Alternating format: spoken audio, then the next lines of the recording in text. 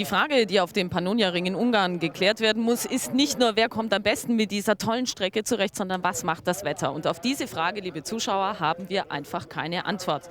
In der Pause zwischen dem ersten und zweiten Lauf hat es entweder in Strömen geregnet oder jetzt gerade ist es völlig trocken. Es könnte auch sein, dass der Himmel aufreißt und es sind 3 Minuten hier strahlender Sonnenschein hat und 30 Grad. Wir haben keine Ahnung.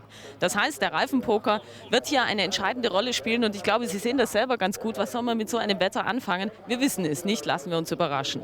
Wir kommen aber natürlich wieder in die Startaufstellung zurück für das zweite Rennen. Hier sollte eigentlich der Christian Zeiser stehen, aber der hat ein technisches Problem. Der Gastfahrer aus Österreich ist nicht dabei, deswegen gehen wir gleich weiter hier zur Nummer 11 und das ist natürlich Johnny Eckerold. Der sagt, ich kenne die Strecke nicht gut, ich habe keine große Erfahrung und irgendwie finde ich keinen richtigen Zugang und finde es klasse, dass der Jochen Schmid, sein Teamkollege, ihm so gute Tipps gibt. Dann hier mit der Nummer 8, das ist Hopsing-Hüber. Er hatte mit Abstand den größten Ausritt im Training. Er ist nämlich fast bis zu einem Fischweiher gerutscht. Der liegt irgendwo ganz da unten. Aber ansonsten Maschine bestens in Ordnung, kein Problem. Die 99, Harald Kitsch, der hat uns nach dem ersten Rennen gesagt, ich kenne die Strecke nicht, sie ist wahnsinnig schwierig, aber im Regen kam ich ganz gut damit zurecht und er hofft ein bisschen darauf, dass es wieder nass wird. Derjenige, der mit dem Wetter gar nicht so viele Probleme hat, ist Christa Lindholm. Der hat nämlich 2 ganz andere Probleme. Einmal die Verletzung an seiner Hand und mit seiner Maschine, denn das Rad ist ständig durchgedreht.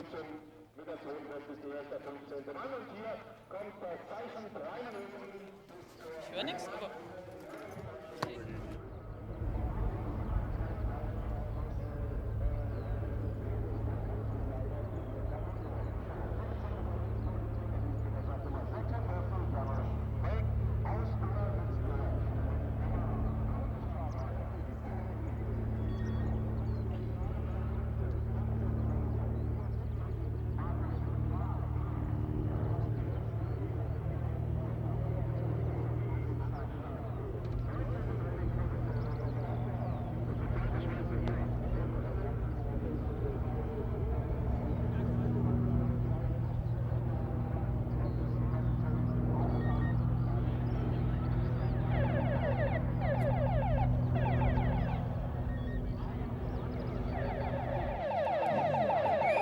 Die Frage können wir Ihnen beantworten, ob Christa Lindholm mit der Stütze fährt oder nicht. Das war ja eine Frage, die den Hannes Bichteler und den Michael Galinski im ersten Rennen beschäftigt haben. Er fährt mit der Stütze.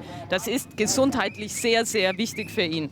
Dann geht es weiter mit der Nummer 3. Das ist der Roger Kellenberger. Der sagt, die Strecke ist viel zu langsam für mich, denn ich habe so viel Leistung in meiner Maschine, da komme ich gar nicht zurecht. Aber er ist sehr gut drauf. Dann hier die Nummer 2, Ruben Xaus. Der hat natürlich nichts verändert nach dem ersten Rennen. Denn Rang 2, mehr kann man ja nicht erreichen. So, und jetzt müssen wir hier langsam verschwinden, liebe Zuschauer. Es geht nämlich gleich los. Und ich gebe jetzt mal ab zum Hannes Bichteler. Der wird Ihnen gleich sagen, wie es weitergeht. Viel Spaß. Ja, nochmal Hallo hier aus der Kommentatorenbox zum 12. Lauf hier der Meisterschaft auf dem Pannonia-Ring. Wir haben ein erstes spannendes Rennen gesehen mit Rainman Jochen Schmid an der Spitze. Mein Co-Kommentator ist wieder Michael Galinski. Michael, vielleicht einen ganz kurzen Satz zum möglicherweise zweiten Rennen. Ja, also es wären völlig andere Verhältnisse. Es ist trocken und deswegen denke ich, dass Andy jetzt wirklich ein Wort mitzureden hat und dass wir uns auf einen wirklich spannenden zweiten Lauf freuen können. Hoffen wir das und wir geben nochmal kurz ab zur Conny-Tipp des Tages. Der wird wie immer präsentiert von PS, das Sportmotorradmagazin. Bei mir steht Imre Paulovic, Chefredakteur vom Motorrevue. Wie geht der zweite Lauf hier auf dem Pannonia-Ring aus? Gestern hatte sich Jochen Schmid Regen gewünscht. Den hat er für den ersten Lauf bekommen. Nun ist es trocken und ich denke, dass Andreas Mecklau zurückschlagen will. Ich rechne mit einem harten Duell zwischen Jochen Schmid und Andreas Mecklau mit leichtem Vorteil für Mecklau. Okay, vielen Dank. Ganz schnell zu Hannes Bichteler. Ja, und so ähnlich sehen wir das hier in der Box auch, aufgrund dessen, dass die Strecke abgetrocknet ist, wobei wir durchaus damit rechnen müssen, dass es hier noch zu kleineren Regenschauern kommen könnte. Wir wollen es nicht hoffen, denn so ein Abbruch eines Rennens wäre schade, ist immer so eine unbefriedigende Angelegenheit. Wir warten auf die Startaufstellung, die natürlich identisch ist wie im ersten Lauf. Hier sehen Sie eingeblendet den Polesetter Andy Mecklau. Er wird alles daran setzen, hier in diesem zweiten Lauf vorne zu sein. Der Gewinner des ersten Laufs, Jochen Schmid, der Regenkönig hier am Pannonia-Ring, der nur noch 10 Punkte Rückstand hat auf Andy Mecklau. Dann daneben die beiden Suzuki-Fahrer zunächst, der alte Fuchs Udo Mark und neben ihm dann sein junger Teamkollege Christian Kellner, der ihm richtig Gas gibt. Und das hat man auch im ersten Rennen gesehen. Im Training war es schon so, mit 2000 lag der junge Mann nur hinter dem Udo. Reihe 2, dann Christa Lindholm, Roger Kellenberger, Ruben Xaus, die große Überraschung auf Platz 2 im ersten Lauf. Und der Michi Rudroff, da gibt es dann auch noch einiges zu erzählen im Lauf des nächsten Rennens. Christian Zeiser, der ist nicht dabei. Johnny Akeroyd, Robert Hüber und Harald Fitsch, die beiden besten Privatiers. In der Reihe 4 dann Detlef Guderian, Juha Werner, für den es nicht ganz so lief, wie wir das von ihm auch gewohnt sind. Sebastian Pitztum, tolles erstes Rennen gefahren, da kam er immerhin auf Platz 8 und Janusz Wick. In Reihe 5 Christian Schneider, Markus Barth, Samuel Thoninger und Paul Leutartz. Reihe 6 Hartmut Skora, Volker Krumme, der Ersatz für Jean-Pierre Jondard, Johann Wolsteiner und Manfred Kainz. Norman Manz, Heinz Platazis, Markus Bordin und Laszlo Papp in der 7. Startreihe. In der 8. Ali Gütüsch, Gisbert Split, Jörg Schmid und Raimo Kesseli. Und dann noch 2 Fahrer in der 9. Reihe. Die Katja Pönsken, die das halbe Feld im ersten Rennen aufgerollt hat. Und zu guter Letzt der Toni Rechberger. Eine der vielen hübschen jungen Damen hier am Pannonia-Ring mit der roten Flagge, während die Fahrer hier auf die Startzielgerade kommen. Luft 21 Grad, ist also ein bisschen wärmer geworden. Allerdings, es ist so bewölkt mit ganz wenigen blauen Fleckchen am Himmel. Also so ganz sicher, dass es trocken bleibt, können wir hier nicht sein. 11 Runden sind hier zu fahren auf dem 4,7 Kilometer langen Topfebenenkurs mit ganz wenig Referenzpunkten. Und der Blick nach unten soll hoffentlich nichts bedeuten hier bei Andy McLeod, dem Polesetter. Aber das scheint so eine gewisse Manie zu sein kurz vor dem Start, dass man sich noch umdreht. Ja, man schaut einfach, wie die Fahrer wohl in den hinteren Startreihen platziert sind. Man sieht, ob die hinteren fertig sind, weil der Motor wird warm und man ist nervös. Man möchte jetzt, dass es losgeht.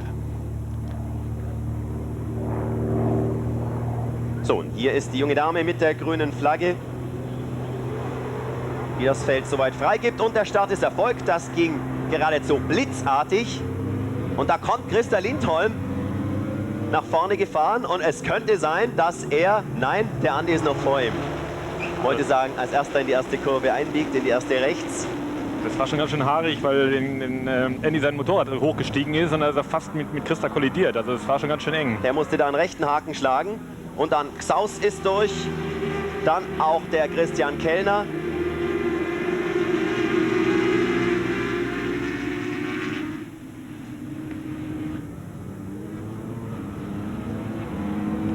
Also, der Andi führt das Feld an. Dann Christa Lindholm, Jochen Schmidt, Ruben Xaus. Der Udo Mark liegt im Moment an der 5. Stelle.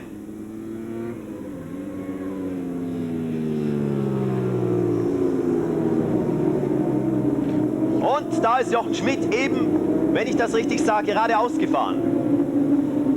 Er verschwand blitzartig geradeaus aus dem Bild. Und da kommt er nicht mehr. Ja, Jochen hatte schon vorher mit Ruben Xaus, er hat ihn schon überholt, da liegt er. Da ist er. Zunächst mal aus für Jochen Schmid. Jetzt können wir hoffen, dass er die Maschine wieder in Schwung bringt und eine der berühmten Aufholjagden starten kann. Allerdings müsste das nun recht rasch über die Bühne gehen und ich denke mal, das ist wohl das Aus. Bei dem nassen Gras, da hat er keine Chance mehr und er wollte einfach dranbleiben, weil, Ruben Xaus auch noch. Ruben Xaus ist ebenso draußen, der Überraschungszweite aus dem ersten Lauf und der Christian Kellner liegt an der 2. Stelle. Der junge Gastfahrer im Team Suzuki Deutschland, der Teamkollege von Udo Mark, hier sehen Sie im Bild vor Udo Mark. Dann Roger Kellenberger, Michi Rudroff, Johnny Akeroyd.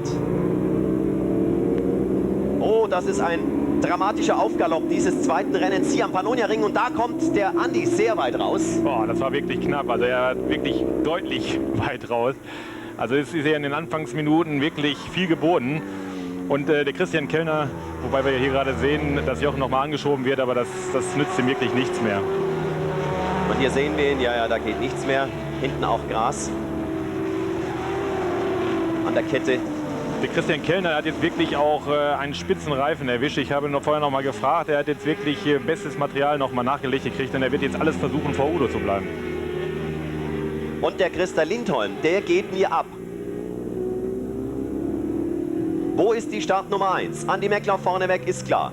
Dann Christian Kellner und Udo Mark. Roger Kellenberger, Michi Rutroff, Gianni Akerold, Robert Hüber. Aber wo ist die Startnummer 1? Hier ganz hinten kommt er, also wohl auch Christa Lindholm hat hier einen Ausritt, den hatten wir nicht im Bild. Also dramatische Entwicklungen hier gleich zu Beginn dieses Rennens. Also ich denke auch, die Reifen spielen eine große Rolle, weil es einfach nach diesem Regen vielleicht etwas rutschig auf der Bahn und dass man so viele Ausritte gerade in der ersten, zweiten Runde sieht, das ist eigentlich nicht normal. Also alle haben wahrscheinlich eine Spur zu harten Reifen gewählt und Andy kann natürlich jetzt wirklich vorne voll wegfahren. Frei auffahren. Hier ein Blick aufs Tableau. Der Christian Kellner, riesiges Ding, so weit vorne an zweiter Stelle. Und hier der Kampf Kellenberger, Rutroff, Akerold. Ja, Michi Rutroff hat sich viel vorgenommen. Wir waren ja bei ihm an der Box und er hat uns seinen Reifen gezeigt. Obwohl er schon so lange Erfahrung hat, hat er einen viel zu weichen Reifen gewählt. Den hat er sich selber ausgesucht, wie er sagt. Er hat gedacht, dass er hält über die Distanz und nach 5, 6 Runden war wirklich kein Profil mehr drauf. Also der war stinksauer. Sagt er, seit 17 Jahren sitze ich auf der Maschine und mir passiert so ein Mist, dass ich einen völlig falschen, viel zu weichen Reifen aufziehe und wurde von Leuten geschnupft, ja, über die würde ich normalerweise kein Wort verlieren und die waren plötzlich vor mir. Und das ist Udo Mark, der entsprechend giftig hinter seinem jungen Teamkollegen Christian Kellner, dem Gastfahrer, herfährt. Aber wir waren auch bei Udo Mark und er sprach wirklich respektvoll von dem Christian Kellner. Ja, es ist schon eine harte Nuss. Also, obwohl Christian erst 6 Jahre Rennerfahrung hat, muss man wirklich sagen, er macht seinen Job hier hervorragend. Und obwohl ich immer noch der Meinung bin, der Udo gerade jetzt so in den Anfängen eines zweiten Teamkollegen, wird er nachher alles geben, um ihn wirklich nochmal einzufangen. Man sieht auch, er lässt ihn nicht ziehen. 2 völlig verschiedene Fahrstile übrigens. Der Christian Kellner eher die weiche Linie, ist er wohl auch aus der Supersport gewohnt. Und bei Udo Mark wissen wir, er knickt schon heftig um.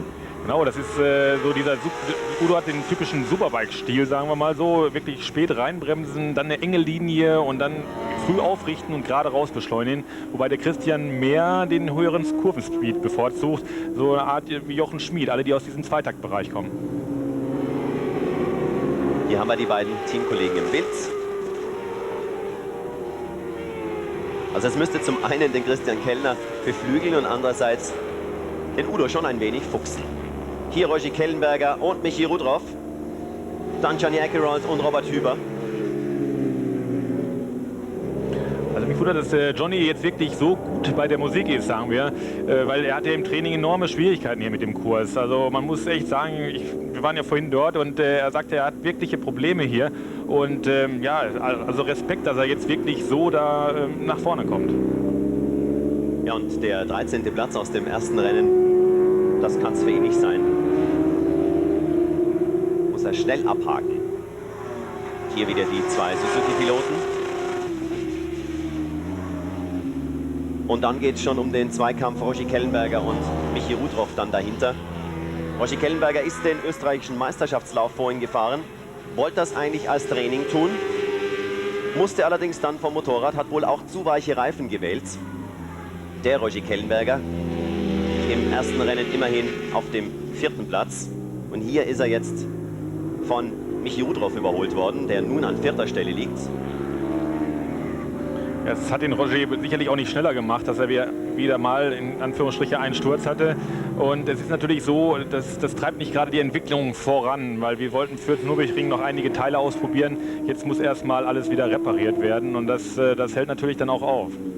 Und als Training war es gedacht und letztendlich gibt es wieder so eine psychologische Sperre, wenn man dann vom Bike muss. Und hier eine Studie von Andi Mecklau mit einer schnellsten Runde, 1:56.010.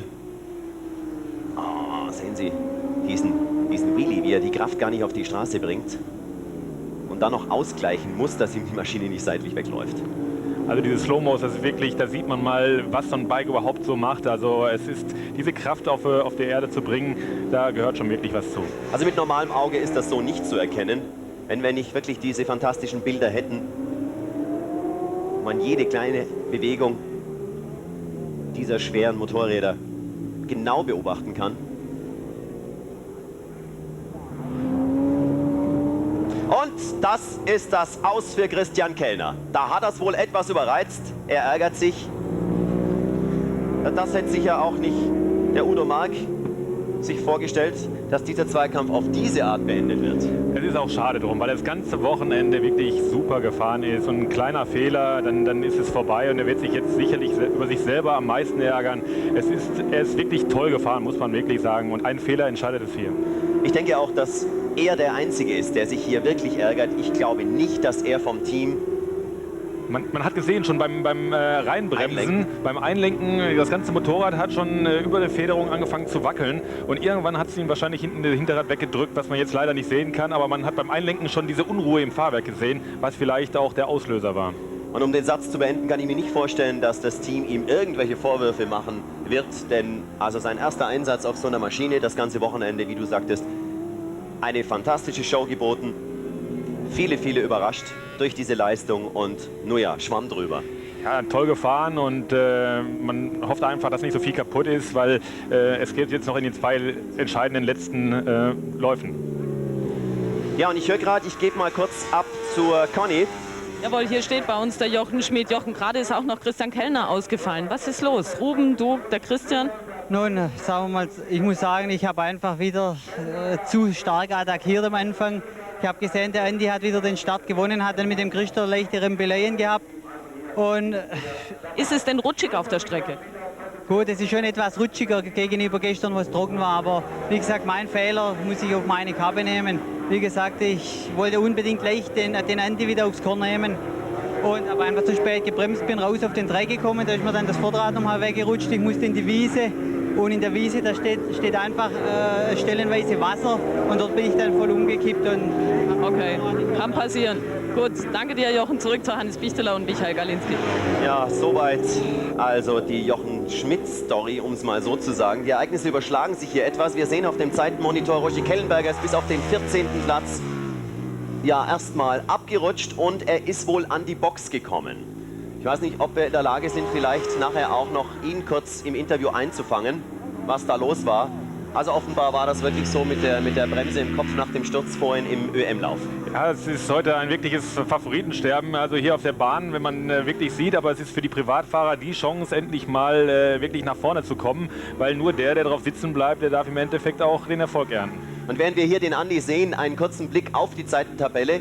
Also Udo Mark an 2, Michi Rudroff an 3 und dann kommt das, was du eben sagtest, Michael, der Robert Hüber auf 4, Johnny Akerold 5, Harald Kitsch 6, dann Sebastian Fitztum und der Janosch Weg, der beste einheimische Fahrer, auf 8 und dann erst Christa Lindholm, Juha Werner auf 10, Leuthard, Druminger, Skora, Platazis und Manz, das die ersten 15, die vorläufig in den Punkten wären. Wir sind in der 6. Runde von 11.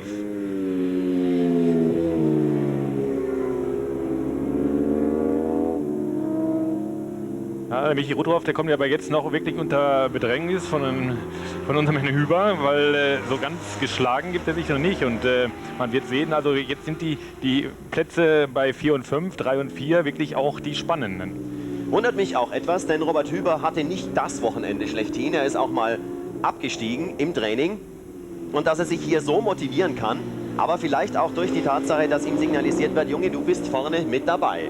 Und es könnte die Chance der Saison für ihn sein. Genau, das ist jetzt für die Fahrer wirklich, die kriegen es angezeigt, die kriegen ihre Platzierung angezeigt. Und es ist wirklich motivierend, wenn man weiß, man kann Vierter werden, man kann Dritter werden, man kann erst mal aufs Podest fahren. Das motiviert wirklich. Ja, und im ersten Lauf, da kam er nicht mal ins Ziel.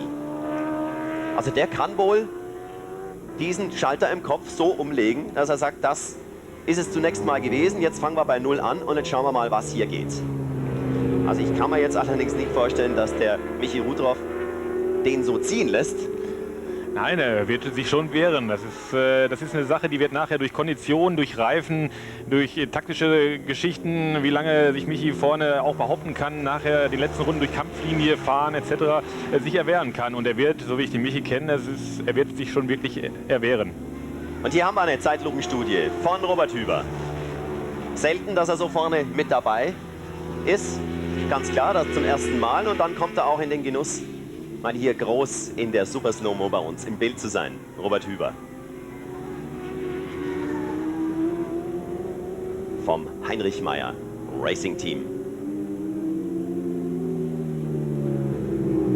Also das sind hier die Plätze 3, 4 und 5. Hinten dran noch Johnny Akeroyd, der junge Südafrikaner.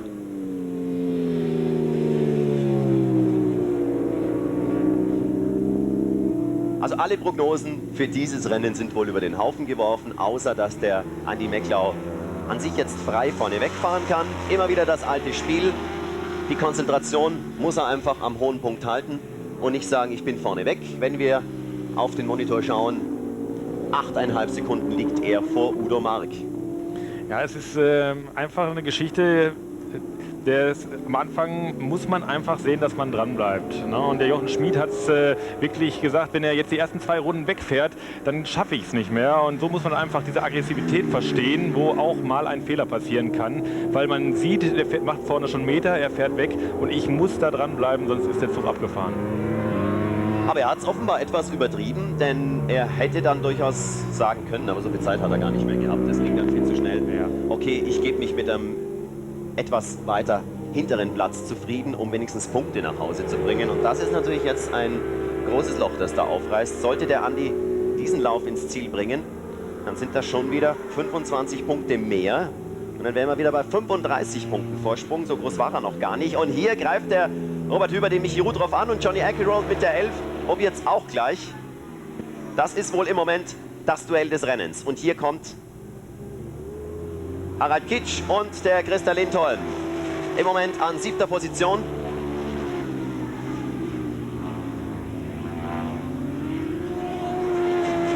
Ja, Lindholm tut sich auch schwer, also hätte ich gar nicht eigentlich gedacht. Ich dachte, bei Trockenheit hätte das etwas leichter, weil das Haupt an seinem Arm war ja bei Regen vorhin, dass er bei kleinen Rutschern den Lenker nicht wieder gerade drücken konnte. Und er sagte, wenn es trocken ist, ist es für ihn eigentlich leichter, aber er kommt hier nicht ganz so zurecht. Jetzt geht er aber hier an Harald Kitsch vorbei und Sebastian Vitzthum dann dahinter mit der 8. Wieder hervorragendes Ergebnis nach seinem 8. Rang im ersten Rennen. Hier hinten mit der 42 sehen Sie ihn noch eben im Bild. Ja, wir wissen auch nicht ganz genau, was Lindholm am Anfang hatte, weil er ist ja wirklich deutlich zurückgefallen. Er wird ja einen großen Verbremser gehabt haben. Vielleicht muss er die Strecke verlassen. Und es ist natürlich der Weg nach vorne auch sehr weit, muss man fairerweise sagen. Und das ist eine phänomenale Aufholjagd, die er hier hinlegt. Jetzt müssen wir mal schauen, der Abstand nach vorne. Unser Zeitenmonitor, der spinnt gerade etwas, um es gelinde zu sagen. Aber er ist, ja, also das ist 1 Sekündchen auf den 2 Sekunden. Auf den Robert Hüber, Johnny Akeroyd. Am Harald Kitsch ist er eben vorbei. Also, wir sind in der 9. Runde bereits.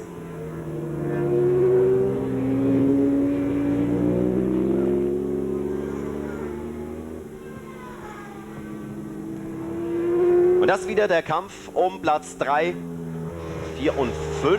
Und Robert Hüber hat wohl diesen Speed verloren. Ja, er fällt jetzt ein bisschen ab und man weiß nicht, ob das ein kleiner Fehler war. Hier wieder eine super Slow-Mo. Vom führenden Andy Meklau. Schauen Sie sich das Hinterrad an. Klasse Bilder. Und hier, der Slide. Der Andy, der macht nicht auf Nummer langsam. Also er sagt sich wirklich, solange ich push, solange ich hart fahre, bin ich voll konzentriert. Und man sieht wirklich, wie hart er fährt. Man sah auch schön, wie er den Slide mit seinen 4 Buchstaben ausgleicht. Wie er dann kurz aus dem Sattel geht, um die Maschine wieder in geraden Lauf zu bekommen. Ja. Und der Johnny, der überrascht mich wirklich. Also er greift an hier und da hatte Michi noch einen harten Fight mit ihm. Und da kann sich Gianni Akeroyd den Michi Rudroff noch ein bisschen zurechtlegen. 2 Runden bleiben ihm noch. Gute 2 Runden.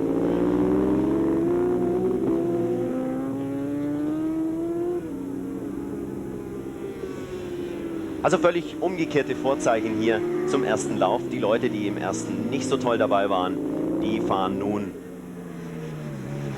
in den Top-Plätzen.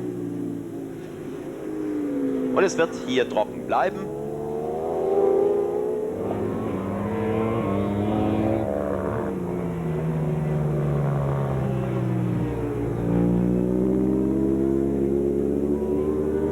Völlig überraschendes Rennen. Die Katja Pönsken übrigens, die im ersten Lauf das halbe Feld aufgerollt hat, ist nun auf Platz 22. Wobei man da wirklich sagen muss, mit dem Serienmotor ist wohl auch nicht mehr drin, weil bei Trockenheit hatte sie sich schon schwer getan. Sie hat es wirklich durch fahrerische Einsätze, hat sie sich beim Regen wirklich super durchgebissen, wie man so schön sagt. Und bei Trockenheit hat sie nicht die Möglichkeit dazu. Ja. Der beste einheimische Fahrer hier, das ist der János Weg. Im Moment auf Platz 9 und der Gianni Akeroyd ist an Michi Rudroff vorbei. Und hier sehen wir es. Auf der Geraden hat er wohl mehr Speed und geht eigentlich leicht und locker an dem bayerischen Urgestein Michi Rudroff vorbei. Und damit liegt er auf Platz 3 und steht auf dem Treppchen, sofern es so bleiben sollte. Eigentlich sah es bei diesem Wochenende so aus, als wenn es sein schlechteste Ergebnis werden würde. Und jetzt sieht er sich auf einmal auf dem Podest wieder. Also das wird ihn sicherlich freuen. Und ja, man muss das wirklich anerkennen, er hat sich hier mit dem Rennen gesteigert.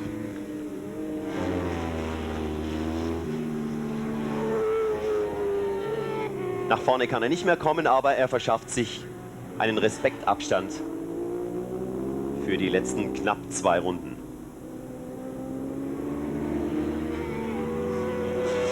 Da kommt im Team dann auch wieder Freude auf, Motivation. Wir haben ja jetzt dann knapp einen Monat Pause bis zum Lauf 13 und 14 auf dem Nürburgring. Und hier der Führende im Bild in der letzten Runde, Andreas Meklau, der damit wieder ein gutes Stück nach vorne kommt in der Meisterschaft. Prognosen wagt er natürlich nicht. Er denkt, dass das ganze Ding spannend bleibt bis zum Hockenheim-Finale. Aber der Grundstein für den Meistertitel, der ist sicherlich durch den Ausfall von Jochen Schmid heute gelegt worden. Sicherlich. Also die Punkte sind schwerlich aufzuholen. Wenn da nichts passiert, wenn da keine Ausfälle mehr kommen, dann ist das wirklich, hat er hier einen großen Schritt in Sachen Titel gemacht. Vor allem auch, da Christa Lindholm im Moment nur auf dem 6. Rang fährt. Und da liegt er auch schon 4 Sekunden hinter dem Robert Hüber, also er wird da auch nicht mehr weiter nach vorne kommen. Also er kann auch nicht aufschließen zum Andi. Und der geht mit einem riesen Vorsprung dann in die letzten 2 Rennen, respektive die letzten 4 Läufe dieser Meisterschaft.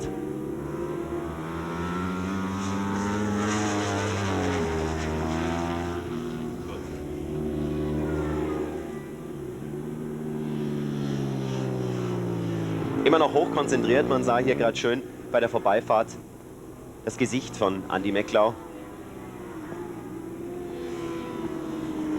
Hier sehen Sie es nochmal, schöne Aufnahmen. Und der Wheelie.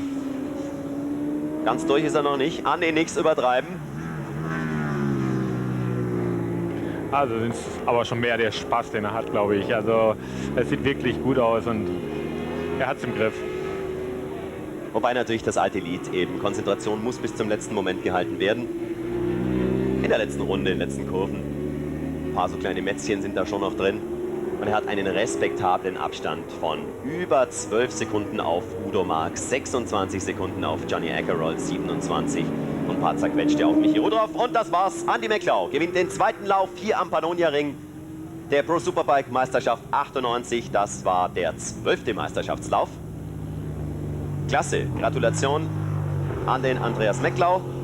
Und hier kommt der 2. Udo Mark.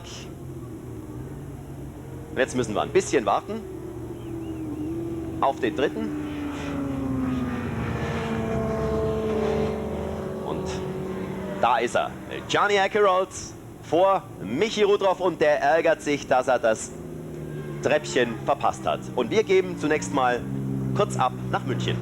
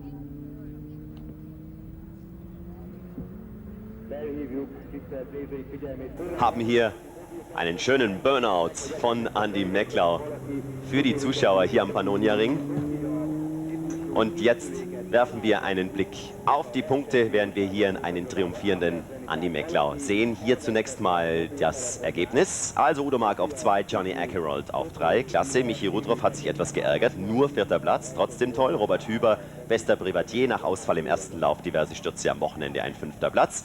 Christa Lindholm hat es noch auf 6 geschafft, nach seinem Wohl-Ausrutscher. Und dann auf 7 der Harald Kitsch, Sebastian Fitztum wieder 8. wie im ersten Lauf. Der beste Ungar auf Platz 9, János Weg und Juha Berner, der Finne, der nicht ganz so zurechtkam an diesem Wochenende, aber immerhin noch ein 10. Platz. Hier haben Sie ein bisschen Atmosphäre hier am Pannonia-Ring. Also es war ein gelungenes Wochenende, außer dass es uns heute Morgen etwas eingeregnet hat, aber ansonsten war hier eine riesige Show. In Ungarn, die Zuschauer sind hier sehr interessiert und sehr fachkundig.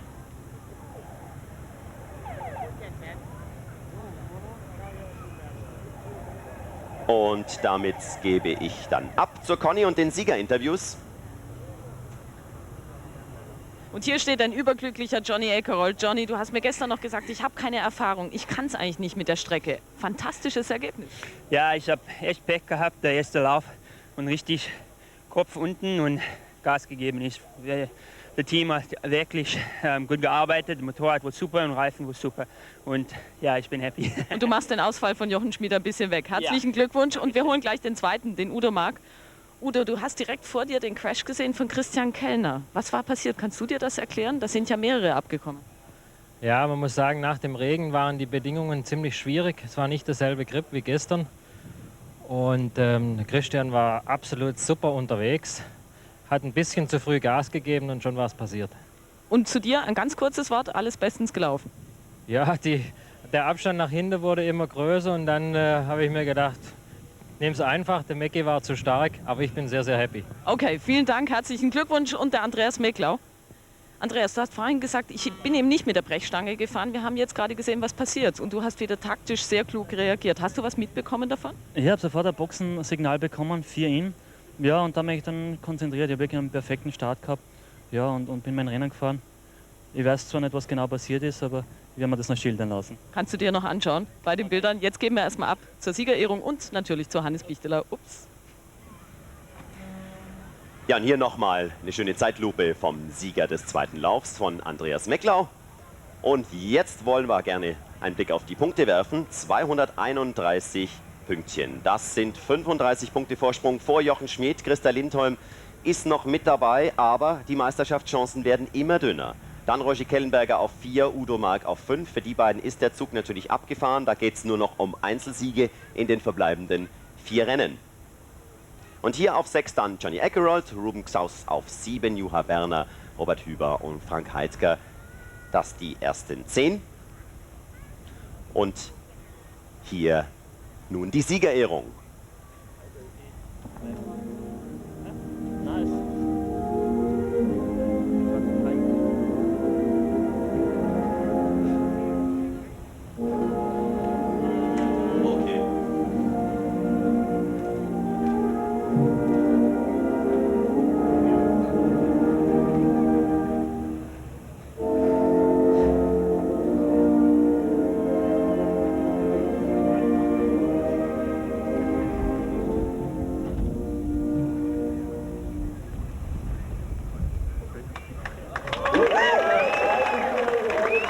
Das also die Siegerehrung. Andy Mecklau, links Udo Mark und rechts Gianni Akerold.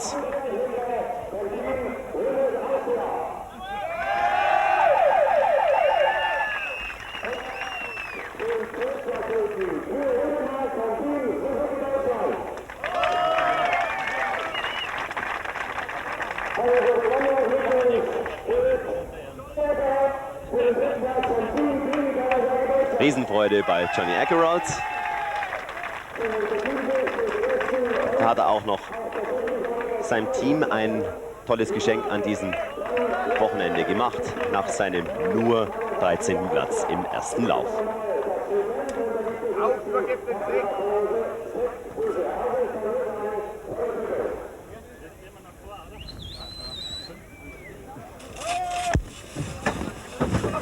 So, und hier noch die obligate Champagnerdusche. Klebrig und süß. Alles flüchtet. Die letzten beiden Veranstaltungen in der Pro-Superbike-Meisterschaft führen uns wieder zurück nach Deutschland. Und zunächst einmal am 2. August auf den Nürburgring, eine der größten Traditionsstrecken, die es bei uns gibt. Wir freuen uns darauf, wenn Sie wieder bei uns sind. Wir sind live dabei. Bis dahin wünschen wir Ihnen alles Gute. Vielleicht wird ja auch das Wetter besser. Alles Gute. Tschüss.